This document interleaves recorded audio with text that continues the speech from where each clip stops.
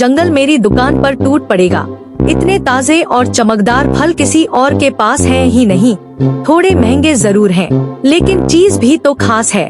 आज शाम तक मैं जंगल की सबसे अमीर दुकानदार बन जाऊंगी। तभी वहाँ एक खरगोश आता है।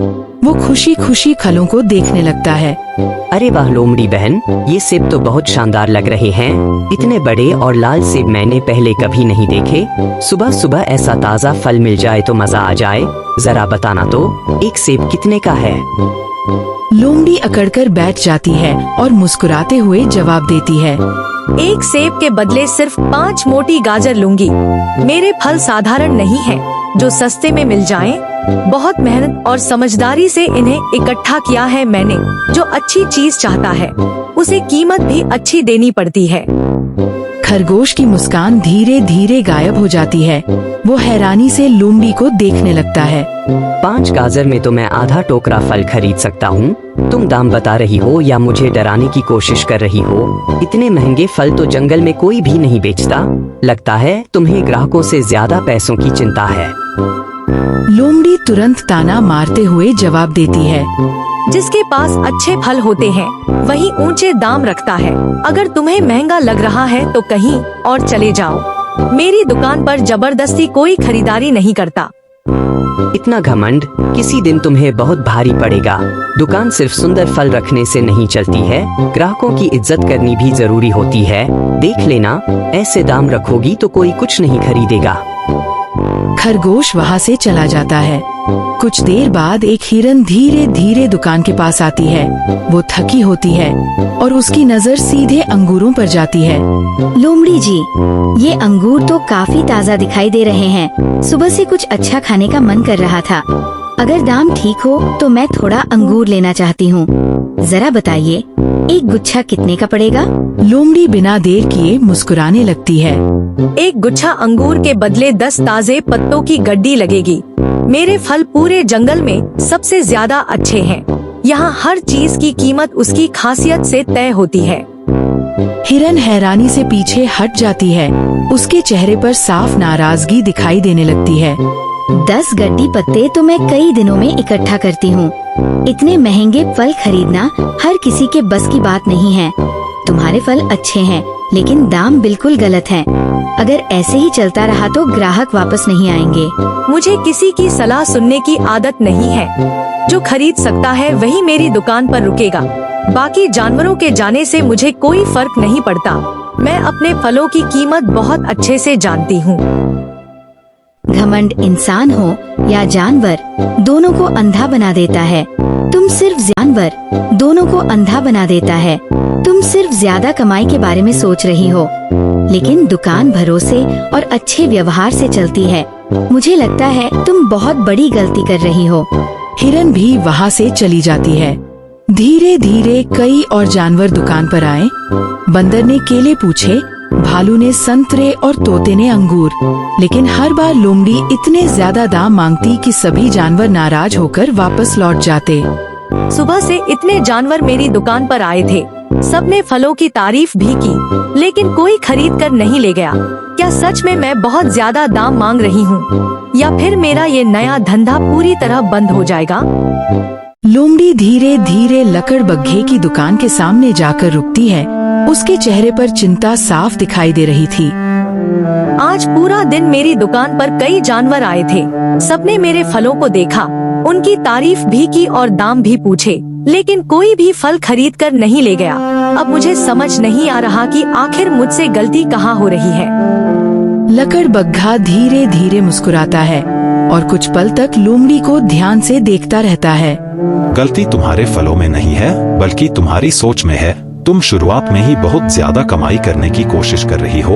व्यापार सिर्फ महंगा सामान बेचने का नाम नहीं होता है। सबसे पहले ग्राहकों का भरोसा जीतना पड़ता है। लोमड़ी ध्यान से उसकी बात सुनने लगती है।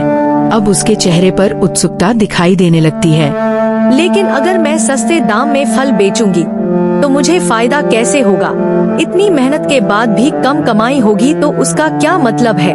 मैं चाहती थी कि जल्दी से ज्यादा पैसा कमाकर सबसे बड़ी दुकानदार बन जाऊं। लकड़बग्घा हल्का हंसता है और फिर धीरे धीरे समझाने लगता है।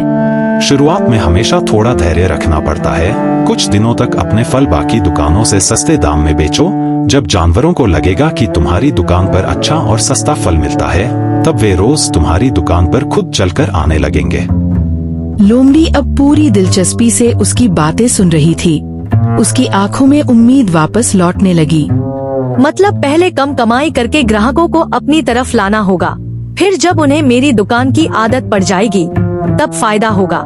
लेकिन अगर उन्हें कहीं और सस्ता फल मिल गया तो फिर क्या होगा? ग्राहक सिर्फ दाम देखकर हमेशा फैसला नहीं करते हैं। उन्हें जहां बार बार अच्छा अनुभव मिलता है वे वहीं लौटते रहते हैं। जब उन्हें तुम्हारी दुकान से खरीदने की आदत हो जाएगी, तब तुम धीरे धीरे अपने दाम बढ़ा सकती हो और उन्हें फर्क भी नहीं पड़ेगा। लोमड़ी कुछ पल सोच में पड़ जाती है। अब उसके चेहरे की उदासी धीरे धीरे गायब होने लगी थी। अब मुझे समझ आ रहा है कि मैं कहाँ गलती कर रही थी। मैं पहले ही दिन सब कुछ जल्दी पाने की कोशिश कर रही थी।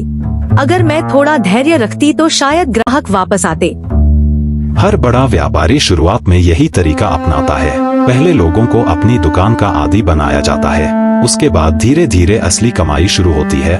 व्यापार में चालाकी और धैर्य दोनों साथ चाहिए होते हैं। ठीक है, अब मैं बिल्कुल यही करने वाली हूँ। कल से मैं अपने सारे फल बहुत सस्ते दाम में बेचूंगी। धीरे धीरे पूरा जंगल मेरी दुकान का आदी बन जाएगा।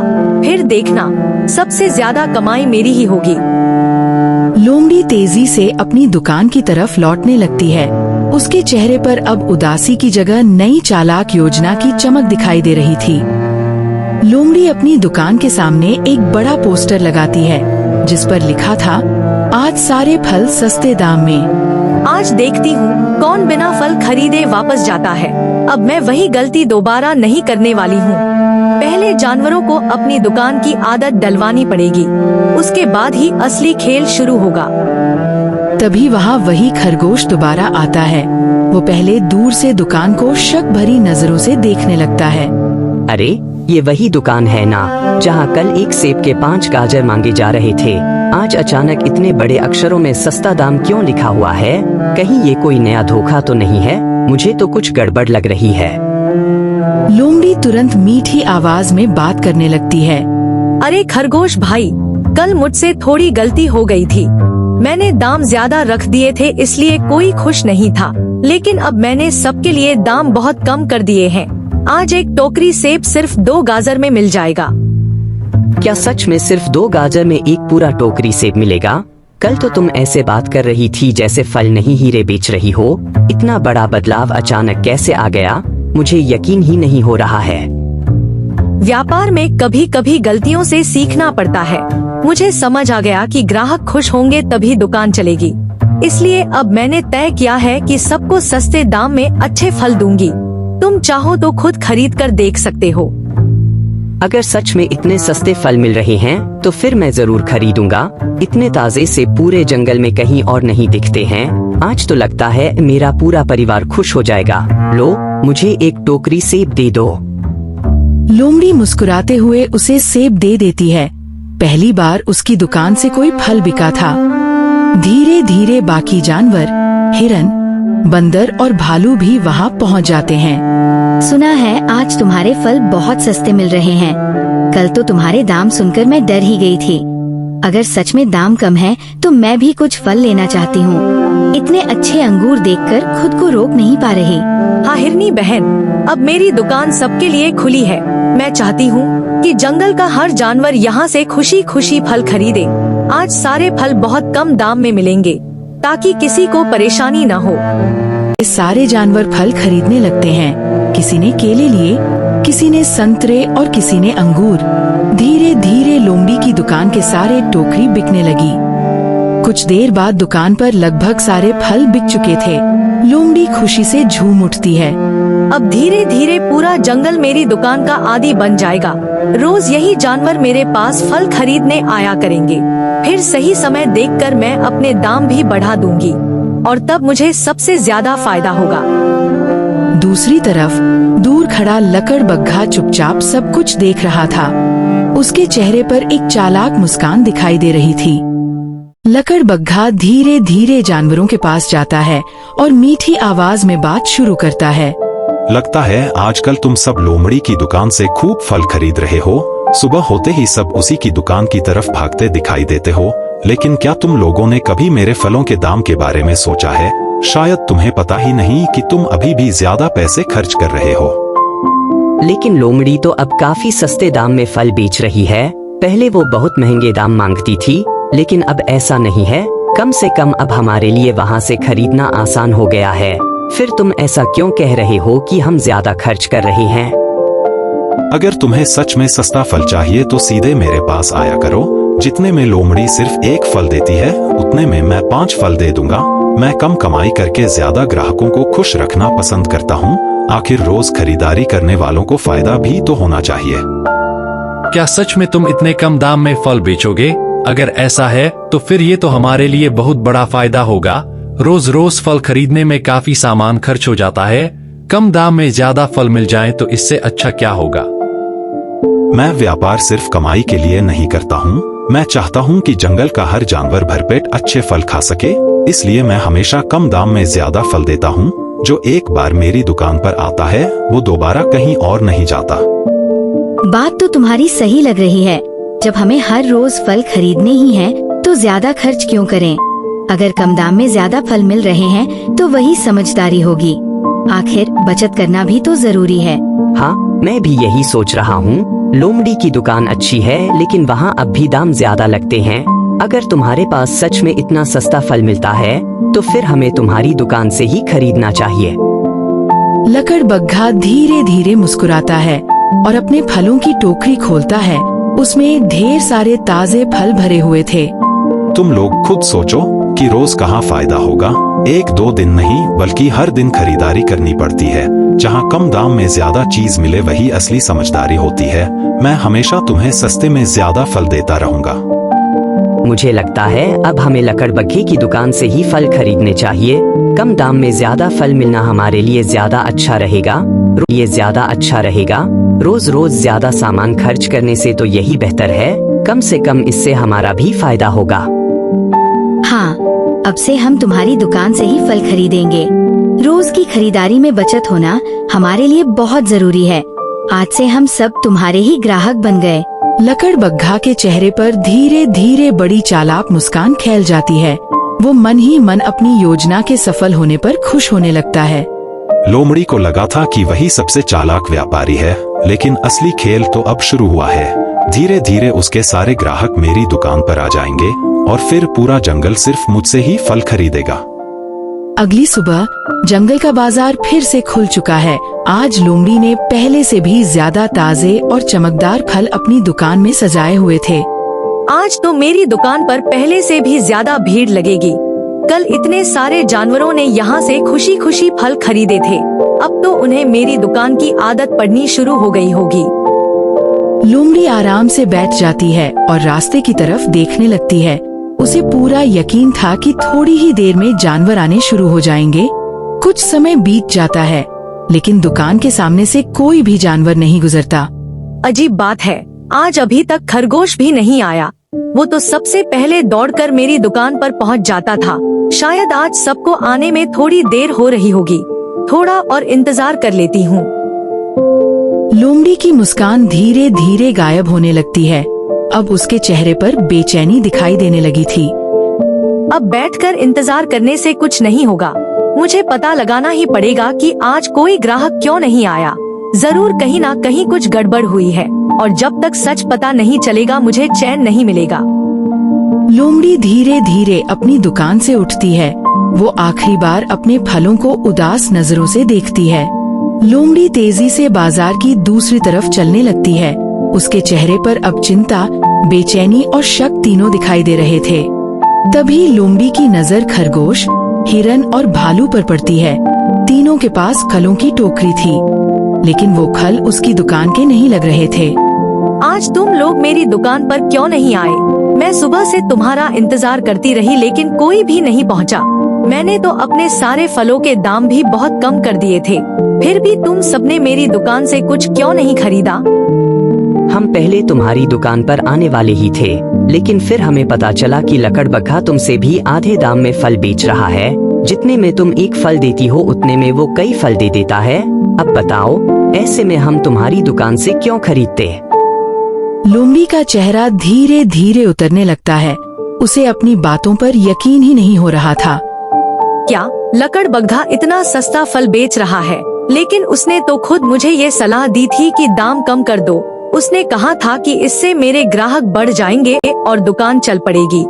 तो क्या वो शुरू से ही मुझे बेवकूफ बना रहा था? हमें तो बस इतना पता है कि उसके दाम सबसे कम है। रोज रोज खरीदारी करनी होती है, इसलिए हम भी बचत देख रहे हैं। अगर कम पैसे में ज्यादा फल मिल रहे हैं तो कोई भी वही जाएगा। आखिर हर जानवर अपना फायदा ही पहले सोचता है। तो उसने पहले मुझे सलाह देकर मेरे ही ग्राहक छीन लिए। उसे पता था कि मैं दाम कम करूंगी और सबको अपनी तरफ खींचूंगी। फिर वो खुद उससे भी कम दाम में फल बेचने लगा ताकि सब उसके पास चले जाएं। मतलब उसने मेरी मदद नहीं बल्कि मेरा पूरा धंधा बर्बाद करने की चाल चली थी। व्यापार में हर कोई अपना फायदा देखता है लोमड़ी। शायद उसने पहले ही समझ लिया था कि तुम जल्दी सफल हो जाओगी, इसलिए उसने चालाकी से सारे ग्राहक अपनी तरफ कर लिए। अब पूरा जंगल उसी की दुकान की बातें कर रहा है। नहीं, ये बिल्कुल गलत है। अगर ऐसे ही चलता रहा तो जंगल में कोई भी ईमानदारी से व्यापार नहीं कर पाएगा। आज उसने मेरे साथ किया है, कल किसी और के साथ करेगा। अब इस मामले का फैसला सिर्फ जंगल का राजा ही कर सकता है। मतलब तुम ये बात राजा तक ले जाने वाली हो? लेकिन क्या राजा सच में इस मामले में दखल देगा? ये तो सिर्फ दुकानदारों के बीच की प्रतिस्पर्धा लग रही है। जब किसी की चालाकी पूरे जंगल का संतुलन बिगाड़ने लगे तब राजा को आना ही पड़ता है। मैं जंगल में ऐसा अन्याय बिल्कुल नहीं होने दूंगी। अब फैसला जंगल के नियमों से होगा, सिर्फ चालाकी से नहीं। और जब तक मुझे न्याय नहीं मिलेगा मैं शांत नहीं बैठूंगी। लोमड़ी गुस्से में तेजी से जंगल की तरफ चलने लगती है। उसकी आंखों में अब डर नहीं बल्कि बदले और न्याय की आग जल रही थी।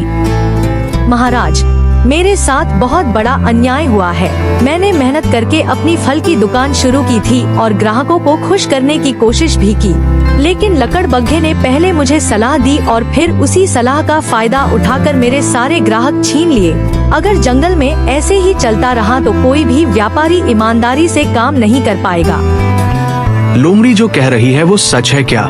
क्या तुमने पहले इसे दाम कम करने की सलाह दी और फिर खुद उससे भी सस्ते दाम में फल बेचने लगे? तुम्हारी वजह से पूरे जंगल के व्यापार में असंतुलन पैदा हो गया है। अब जवाब दो। लकड़बग्घा कुछ पल चुप रहता है, फिर वो धीरे धीरे सिर झुकाकर जवाब देता है। महाराज, मैंने जो किया वो व्यापार का हिस्सा समझकर किया था। मैं सिर्फ ज्यादा ग्राहकों को अपनी दुकान की तरफ लाना चाहता था। मेरा इरादा पूरे जंगल में झगड़ा पैदा करने का नहीं था।